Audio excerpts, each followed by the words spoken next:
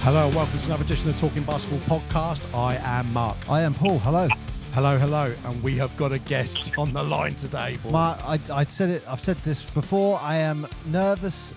We are talking to an absolute legend today. Basketball royalty. Yeah, and what I will say,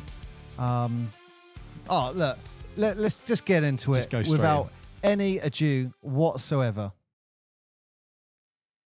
Yeah, now stand and cheer for one of your greatest of all time sport announcers, Paul Porter.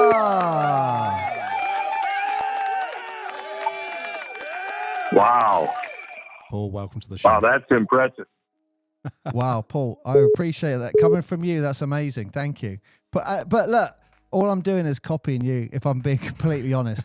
But before we start, can I just say, and I would never forgive myself if I had this opportunity to speak with you and didn't say it, that you are arguably one of the greatest sport announcers to ever have lived. I study and copy you, and you're definitely one of my inspirations, and you've contributed and changed, I believe, part of the sporting world as we see and we hear it. Well, thank you very much. I really appreciate that. It's been a long run. I've been going for 36 years with the Orlando Magic and 32 years with the Tampa Bay Lightning, and also about 10 years with the Tampa Bay Buccaneers. Wow, absolutely incredible. So how do you become a sports announcer? We obviously have heard you through the decades, but where does it start from your perspective? Where does your career as an announcer start? Well, actually, my career started back in 1976. I was out of college, got a job in Lorain, Ohio, which is quite a ways north of here, and worked there for a year and a half doing news sports, and then I had the opportunity to move to Cleveland and met a guy by the name of Ted Stepien. And he was the owner at the time of the Cleveland Cavaliers. And he hired me in 1980 to do my public address announcing there. And then I did 2 years of radio after that, from 81 to 83. And then a new owner came in and totally cleaned house and even fired the team doctor and the organist. That's how much they cleaned house. And I had known Pat Williams from my days with Cleveland while he was with Philadelphia. And when he was able to get the Orlando Magic franchise, he contacted me and asked if I'd be interested in being their public address announcer. And I said I absolutely would. And I took the job, and it's been a run ever since then. That was 36 years ago that happened, and still at it. That's unbelievable. I can't. You know what? I've heard Paul so much throughout the years. It's just surreal, isn't it? It's really surreal. Very actually surreal. Listening to him talk. So, Paul, obviously, you are synonymous with the Magic, but also for NHL fans with the Lightning. Obviously you are local to Tampa itself, so I believe you commute to the Magic games, which is I'm sure quite fun. Yeah, it's about 200 miles each way, and I'm not sure what that translates into kilometers there in England, but 200 miles each way, about 50 games a year, including preseason, postseason, over 36 years. So if you do the math, it's quite a few miles that I've driven to and from Orlando. You're familiar with the I-4, I guess, quite well. I know every bump in the road, every restaurant, every rest stop, you name it, I know it. Are there certain milestones or points where you get to a certain bit down the road? I used to travel quite a lot for my work, and there would be a certain point, and it was maybe 10 or 15 miles out, and you think, yeah, I'm home now. I'm there. I'm near this point. Yeah, that's usually the case every day that I go there, because I go right past Disney World, which of course draws people from all over the world, a number of people from the UK. And once I get past that, then I'm almost in Orlando, and it's about another half hour to go, and I can make it there. Oh, wow. What happens with scheduling then because NHL is October to April as well, isn't it? That's a very good question. And because I have not been able to clone myself as of yet, what I do is there's generally anywhere from 8 to 12 conflicts a year, and I split the conflicts up between the Lightning and the Magic. And a lot of people ask me, what is the criteria for which game you do? And I base it on the opponent. Whoever has the more attractive opponent, I do that game. For example, if the Lightning are playing the New York Rangers and the Magic are playing Utah, then I'll do the Lightning game. But if the Magic are playing the Lakers and the Lightning are playing the Carolina Hurricanes, then I'll do the Magic game. Wow. It's amazing that you actually have that as an option to go, these are the games I'll do. Let's face it, you do probably get one of the greatest seats in the house at the Magic. Oh, yeah, without question. Well, absolutely. With the Magic, I do. It used to be with the Lightning that I was right on the ice at center ice. But when COVID came, the league made the decision league-wide to move everybody off the ice and up into the concourse area. Oh. So I don't have as good a seat as I used to prior to COVID in the NHL. But the press box, the Buccaneers, I'm right on the goal line. As far as Magic, of course, right at center court. So you're still in the press box for the Buccaneers as well? Yes. In my 10th year with the Buccaneers. You're a busy man. And I Paul. know there's a lot of Buccaneer fans in England.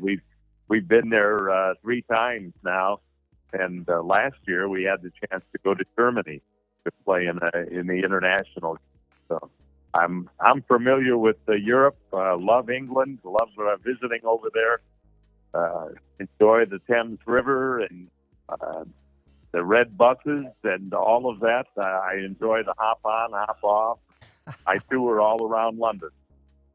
Well, it's when we certainly enjoy going to Orlando and sunshine and heat, the 2 things we don't have here. But when you're playing, you can't say heat. That's the other thing. Well, yeah, I was about to say. I want to say leads nicely to the question I had really. What is it about Florida with so many sports teams? Because it does seem to be quite a prolific area. Where you think, you've got Jacksonville. Yeah, it didn't used to be that way. No. The Miami Dolphins were really the first major sports team to call Florida home. And then the Tampa Bay Buccaneers came along. And then before you know it, we had the NBA first with the Magic and the Heat.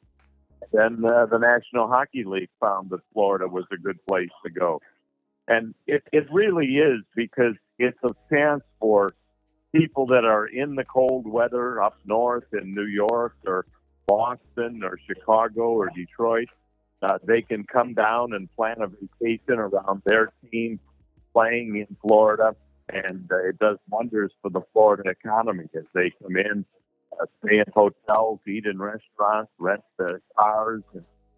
It brings a lot of money into the state of Florida. And then many people package it with a trip to Disney or Universal Studios and do a whole vacation. Oh, it's an essential part of a vacation, isn't it? Absolutely. Paul took his family along, didn't he? Yeah, I was there about 7 weeks ago, and obviously go Disney parks and all that. But as part of it is going to the Orlando Magic for sure. I mean, just thinking about that, Paul, is you've had decades of watching amazing talent right in front of you, and you get that view better than anyone else probably. It's up there, isn't it? Yeah. Like, over that time period, is there anything that really stands out for you as far as maybe a player or a coach or a magic moment? Well, I think the player would certainly be Shaquille O'Neal. He was the best player the Magic have ever had in their history, in my opinion. And a very personable guy, extremely intelligent. If you were going to talk to him, you better know what you're talking about, because he could spot an imposter in a moment. Oh, and okay. It wasn't such a pleasant conversation then. But I got to know Shaq over the years, and I certainly still keep in contact with him and value his friendship. He would be the one guy that stood out for me as far as the Magic are concerned. Oh, wow. So, like, so you generally are building relationships with these guys in the organization? Absolutely. Ben Bishop, who was a goaltender for the Lightning for a long time, he and I are still in touch, and we still text back and forth, and Oh, wow. we keep in touch with each other. And he's come back to Tampa for a few times for an alumni game or a reunion or that sort of thing. And I always keep in touch with him. And then, ironically, a member of the Buccaneers, William Golston, who's one of their defensive linemen, I actually moved into the property that he was living in after he moved out, and I continued to get his mail for about 3 years. So I would bring his mail to him at the Buccaneers game, and he would get a kick out of that, and he and I became friends. So there's not many people who can say, yeah, I'm friends with these guys. So what happened? I won't say staying professional, of course, but when you have a persona, let's say like Shaq, for example, and they leave and then come back to play against the Magic, is that challenging as an announcer when you have these big personas who were part of the establishment and you built up friendships and relationship with, and now they're on the opposing team? Does that present challenges? It absolutely is. I kind of silently root for them to have a good game, but I still want the Magic or the Lightning or the Bucks to win the game. So, like when Ben Bishop came back after he was traded to Dallas, yep. I told him, I said, Ben, I wish you the best of luck, but I hope we win 1-0.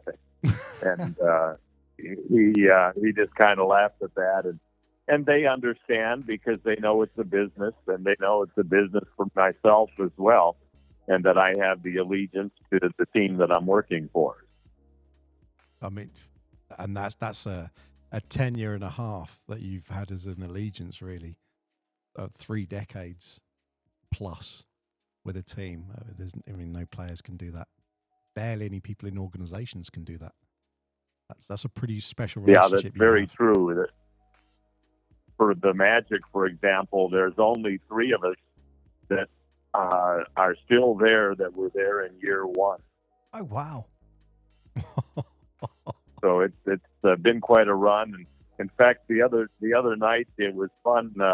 One of the Magic dancers, which is now a hip hop group, it's no longer the young ladies dancing, but she came up to me and she said, "Mr. Porter, I just wanted to tell you that my grandmother was one of the Magic dancers in year 1, and she still talks about you." And I said, well, you're making me feel really old. I'm still here in the same chair that I was in when your grandmother was dancing. Wow. You're like, thanks, but thanks for that. But at the same time, yeah. So how has that PA role as a PA announcer, how's that evolved sort of over the years? From inception, as you say, you were there year one. How have you found that? Well, can I also add to that is Paul was one of the trailblazers, is how I'd say it, of how to announce as well. So agree. Just to add to that, Paul, how did you start changing the announcing? Well, that's something that if I had to point to one thing in my career that I am the most proud of, you just named it. And that is that I was the one who initially started drawing out the names at the end. Shaquille O'Neal. That's amazing. Dennis Scott. And it's been now imitated for 36 years plus. And long after I'm gone and feet under, I think it'll still be alive and well. So that is really my mark on the sports industry, because it's not only happening in basketball, it also happens in baseball and football and hockey, all of the major sports. So I think even some soccer people, football for you over in the United Kingdom, would call it that way as well. So it's kind of neat to think that I was the one who started all that. Yeah, I mean, 100%, an absolute innovator in that, I guess, field, in that industry. But like, even till now, I mean, for those of us who really copy you, even now you still are changing up. So, for example, I've heard you say initially you'd go 3 if someone hit a 3, and you're now adding. When I was there in October, I heard you add an extra. I mean, I'll go into real detail. This sounds so sad, but an extra syllable where you went 3. So you went down and up rather than going up. And I was like, straight away, I went, I'm nicking that. I'm copying that. Well, you always want to change things up a little bit. When Dennis Scott was there, he was a master 3-point shooter, and I came up with 3D, and he got a big kick out of that, and he actually incorporated that as a nickname for himself. And they asked him where it came from, and he gave me credit for it. He said Paul Porter, back with the Orlando Magic, was the guy that came up with 3D. That's amazing. That's brilliant. I also, one of my favorite ones that you do, and I'm very confident you made this up as well. And I also heard an interview where Steve Kerr brought this up, which is when someone travels, and you do that. As soon as a traveling call gets called, you go traveling. And I mean, that's the thing, isn't it? Some people focus on that. Yeah. Yeah, they do, and you're right about Steve Kerr. He's one of my favorite people in the world. He was only with the Magic for a very short period of time, but he and I have become friends over the years. And every time that he comes to town with Golden State, he says he tells Steph Curry, "You can do anything out there, but please don't travel, because I don't want to hear that." And so I know that every time it happens, he looks at me and I look at him, and we both smile. But that is one of my favorite things to do. And another favorite is if a player travels right after they scored a basket or right before they score a basket, I love to say, "It doesn't count, traveling." Oh, that's brilliant. See, in the UK, as far as announcing, there's a bit of restriction on, I don't know how to phrase this, but upsetting the opposition. Yeah. There's a little bit of that, where you've got absolute no hold bars in America, or that's how it feels like Yes. Are there, In fact, when I was in London, we played the Toronto Raptors, Magic did, and a lot of the people were kind of taken back at my poking fun of the visiting team. One of the ones that I use on a regular basis when an opposing player steps out of bounds, I will say, "On the line, magic ball." I'm just writing these all And some down. people were really surprised. I mean, the game itself has changed so much, especially since the Magic's inception. Going through, lots of those eras. Obviously, you've had like the Magic themselves had like the Shaq and Penny era, kind of very much define that 90s athleticism, the physicality of the game, and we've now moved into maybe a faster paced game with a lot more outside shooting, for example. How does that affect? Yeah, how does that affect your announcing style? it is faster paced, that's for sure. In fact, I work probably 5 times harder at Magic games than I do at Lightning games or Bucks games. Simply because the game is so fast. I'm saying something every 15 to 20 seconds, where with the Lightning, I might be 7-8 minutes in between announcements. The Buccaneers are certainly once every minute or so. So it's a lot harder. It's a lot more difficult. I'll tell you the one thing that I don't like, though, about what the game has evolved to is the excessive amount of three-point shooting. I would like to see more passing and more working the ball inside, relying on points in the paint, as opposed to coming down and so many players attempting a three-point shot. To have 30 or 40 three-point shot attempts in a game is not uncommon.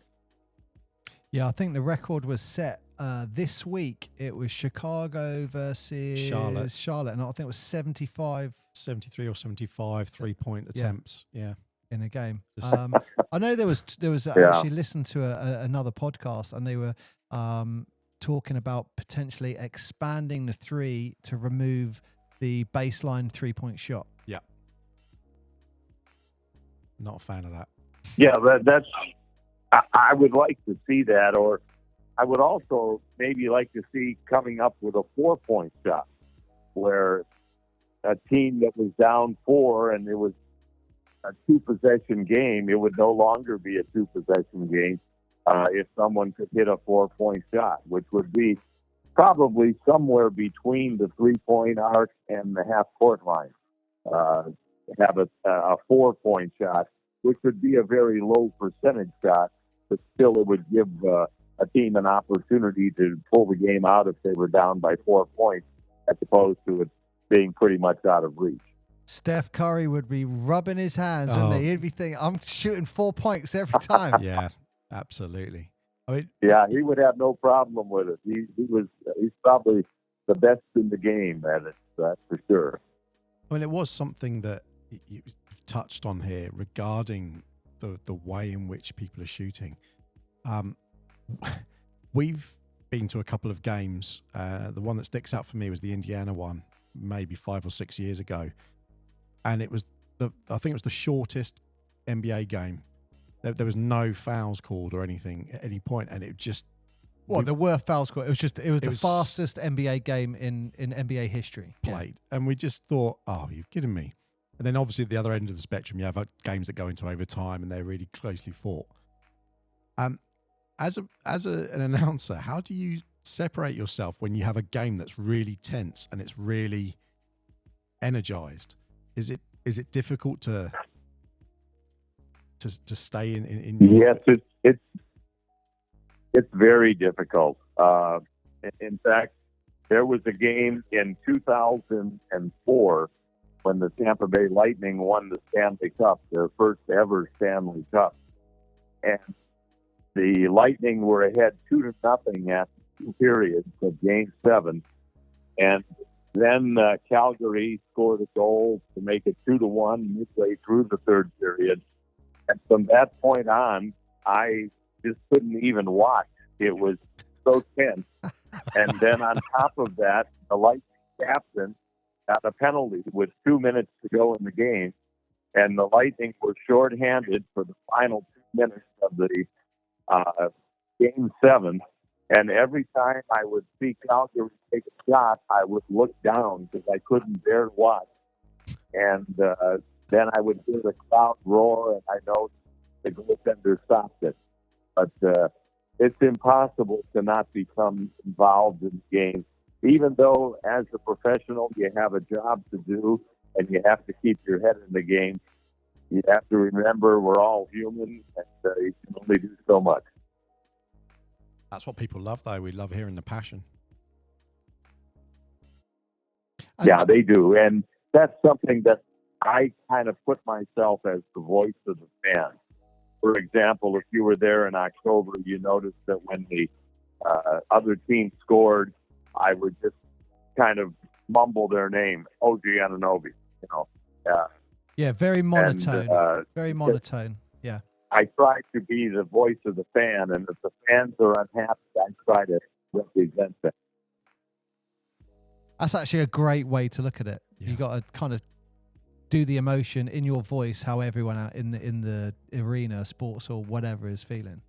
Yeah, I mean, yeah, especially if you've got some interesting characters in the NBA over the years. Someone like a Reggie Miller turning up must be interesting for the fans. I mean, you're just thinking that over the Oh, years, yeah, the absolutely. legends you've seen, Paul, like you have seen some of the all-time greatest ever players to have played the game. I mean, and the seat you've seen them, and you're interacting. I mean, do you sometimes pinch yourself and go, "What an amazing career I've got"? Absolutely. I consider myself one of the luckiest men on earth to be able to do what I've been able to do. And I was able to announce the All-Star game in Orlando back when Magic Johnson was the most valuable player.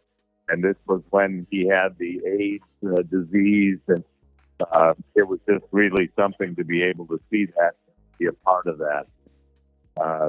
And to be able to travel to places like London, Prague, Czech Republic, in Germany, 2 games, Canada. It's really been a great ride. Talking about the games, Paul, I mean, out of curiosity, what is game day like for you? Well, it depends in part on whether it's a Magic game or a Lightning game, because the Magic game, I have a 3-hour drive to get there, like I do today, for example. So I will try and get a short nap in right after lunch. And then the games generally start at 7. I like to be there by about 5:30. So I will leave the house here at about 2:30 to make the trip over there. For Lightning games, for example, I live 10 minutes from their arena, and it's much easier. I get there at about 5 o'clock, but I don't have to leave before 4:45. So it's much easier that way. And the preparation, like, for example, once you turn up to the Amway arena, like what's at 5:30, what's your preparation? I mean, do you have to prep, or are you like, I'm doing what I always do? Well, it's a little bit of both. A lot of things stay the same always, but one of the first things I do is check the pronunciation list for the visiting team, because I feel if they've made it to the NBA, they deserve to have their name called properly. So I always want to make sure I have the pronunciations down. Then I will also look through the script that I'm going to be reading that night, because many times there's a presentation or an honor, and I realize that this is a major event, a lifetime event for some of these people that are being honored at center court or center ice or the 50-yard line. And I want to make sure that I do the pronunciation correctly and do the announcement correctly out of respect to them. That's actually a really genuine, nice way to actually look at it. Someone's earned the stripes, or, there's an event, I'm going to do it right. Absolutely. And you know, another thing that I really try and be careful with, Mark and Paul, is sometimes it can be a bit redundant. I've had months where I've had 12 games in 12 days, 3 different sports, and you can get kind of run down and not feeling well. But I realized that there's going to be somebody at that game that night or that afternoon that's the only game they've ever seen, or maybe the only game they ever go to. So I want to make it as impressive as possible for them. It would be like if you had tickets to a great concert there in London, and you got there and the understudy was actually there instead of the actual main performer. It's not a big deal to the performer, but it certainly is to you that have paid an enormous amount of money for a ticket. I wish more players had that ethos, Paul. I really do. There's not on the Magic necessarily, but there's certain superstars around the league that maybe don't share that same commitment to the fans. Yeah, it's a nice way to look at it. Paul, can I highlight when I was in Australia, the way they, I mean, I thought it was genius, but the way they introduced the visiting fans, obviously it's very similar to the Magic. And now stand and cheer for your Adelaide 36, and they all come out and all of that. And they do the home team first, and then all the lights come on, and then in a very, like you've mentioned moments before, about a very monotone voice, like voice of the fans, the announcer will say, and the visiting team, the Brisbane Bullets, and that's it. Okay, yeah, that's similar to what we've done now. In fact, we've cut back on the visiting announcement, where all I say is their position, their number, and then their name. It's very matter of fact. And we do that for a particular reason. We saw it last week where the New York Knicks were in town, and we had to really play it down because there were a lot of New York Knicks fans there. So we didn't want them cheering. So we went through it very quickly. And I even, during my third and fourth quarter break, I said, this is our house, and we need to hear from the Magic fans, because the New York fans were getting very loud. So we kind of put them in their place. So that's actually something that's considered then in the arena. They'll be saying, obviously, because the Magic is such the Orlando areas visited so much by people all around the world, you will get a load of Orlando, I suppose, Boston fans or New York fans or whatever it is.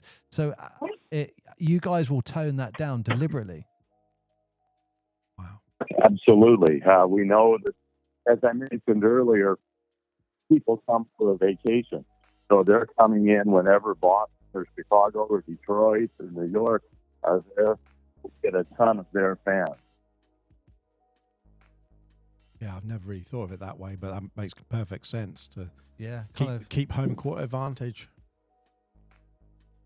I mean, do you travel with the have you had to travel much with the team over the years?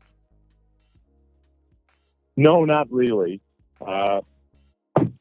Largely because it's such a busy schedule. I'll do like 100 games a month.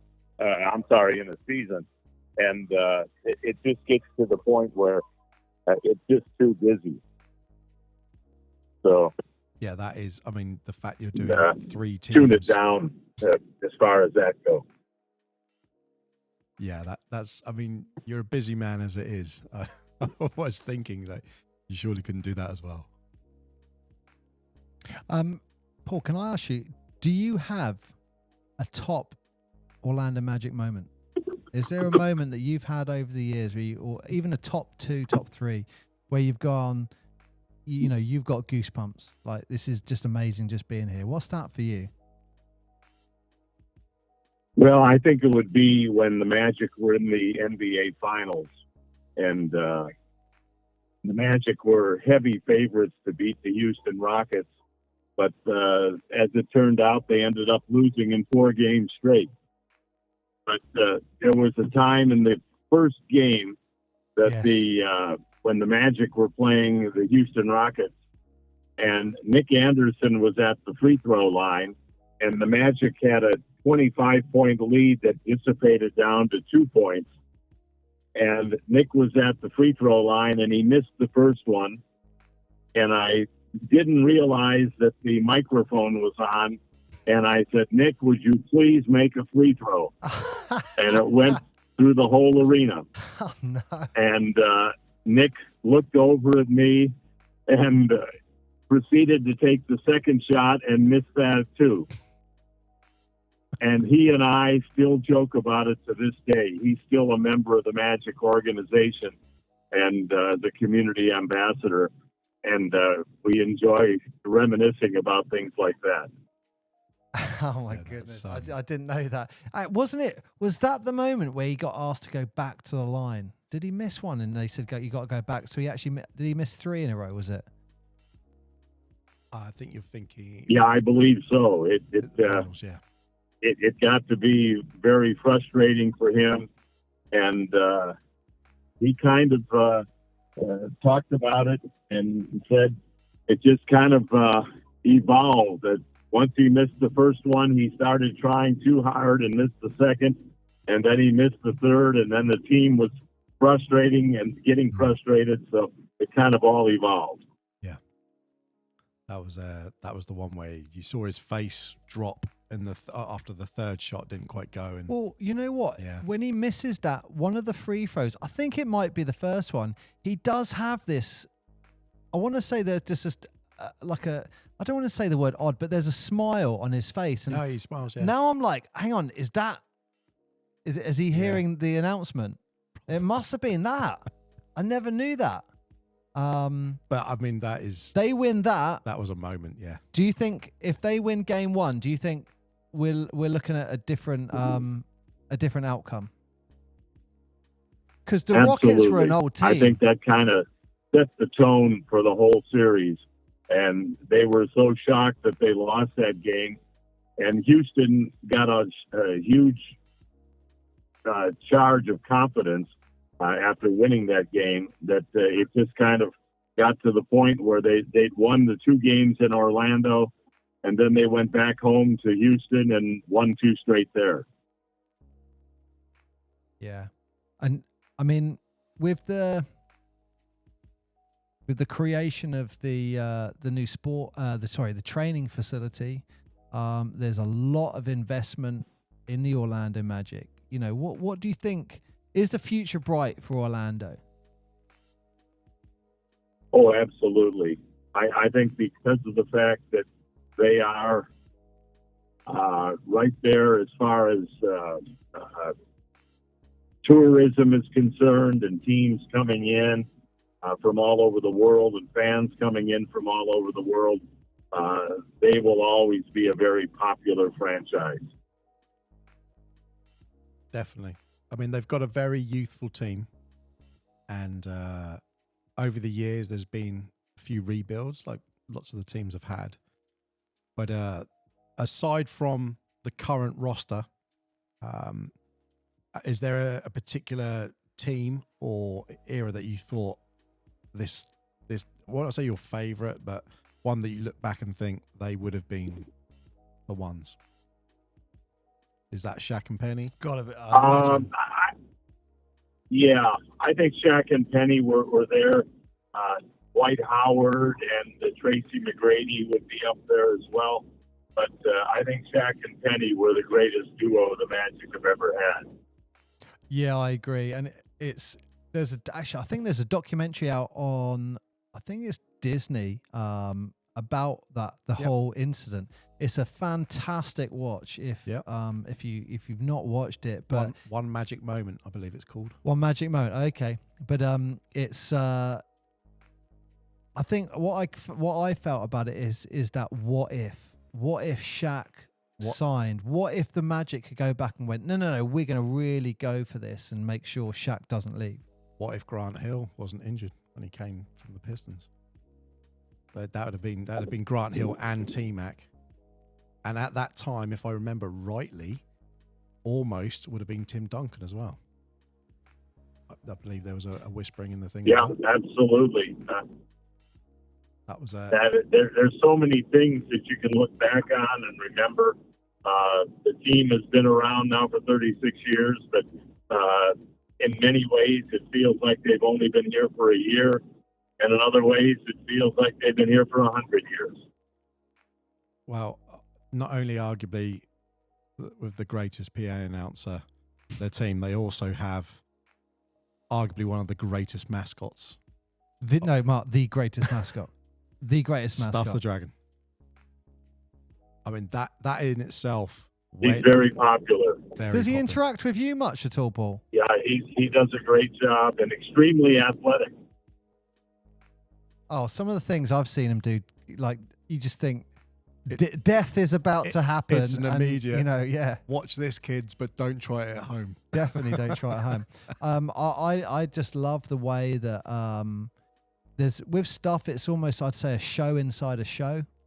Where, I mean, many times I've been at a Magic game and I've missed an amazing moment in the game because I've been watching stuff.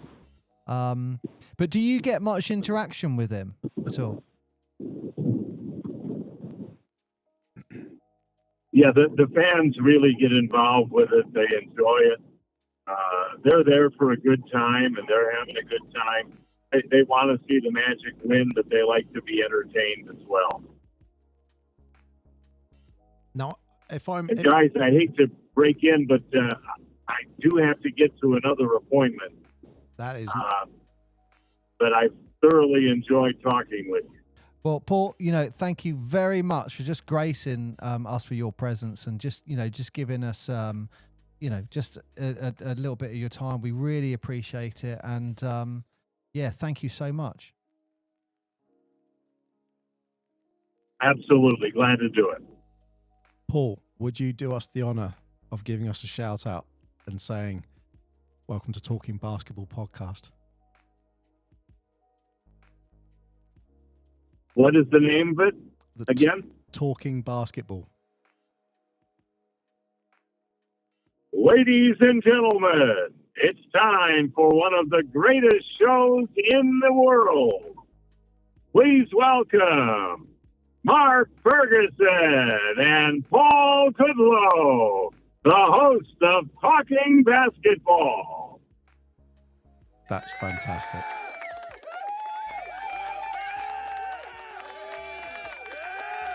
That's it. That Paul, thank you perfectly so rounds much. off the year. There we Perfect. go. We can't say anything else. Paul, thank you so much for your time. We really appreciate it. And, we really appreciate going to the games and listening to you with all your announcing. And like I said before, we generally consider you one of the greatest sport announcers ever to have lived. And, you're an inspiration to many. Oh, my pleasure. Thanks, guys. Thank you, Paul. Have a great season and a great day. All right. Thank you. There we go. Paul Porter. Paul Porter. That's one of the greatest insane. ever sport announcers there has ever been.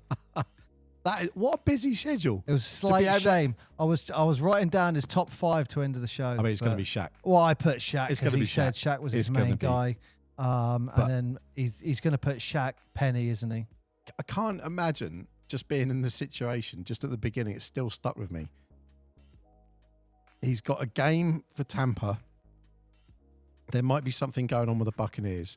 And then the Magic are playing. He's sitting there thinking, well, which game should I announce? Which game should who gets into a position where they're like, I've got these amazing teams and I've got to choose which one I'm going to do. Who I'm going to let down today? Yeah. Well, look, he gave us a lot of time there. He is a very busy man. He has got a busy schedule. And look, not that anyone else knows this, but we did have lots of technical difficulties for like 20 minutes trying to get that call connected. So yeah, he gave us a lot of time there, so we really appreciate that. So we done, Mark. We are done, and what a way to finish this year. So for those of you who haven't listened to any of our other shows, go back and check them out. We've got 168, 170 shows now, and we're going to keep making more. Thank you so much for tuning to this one with Paul Porter. I have been Mark. I have been I am being Paul, and we've been listening to Paul Porter, literally one of the greatest announcers in sport of all time. Fantastic.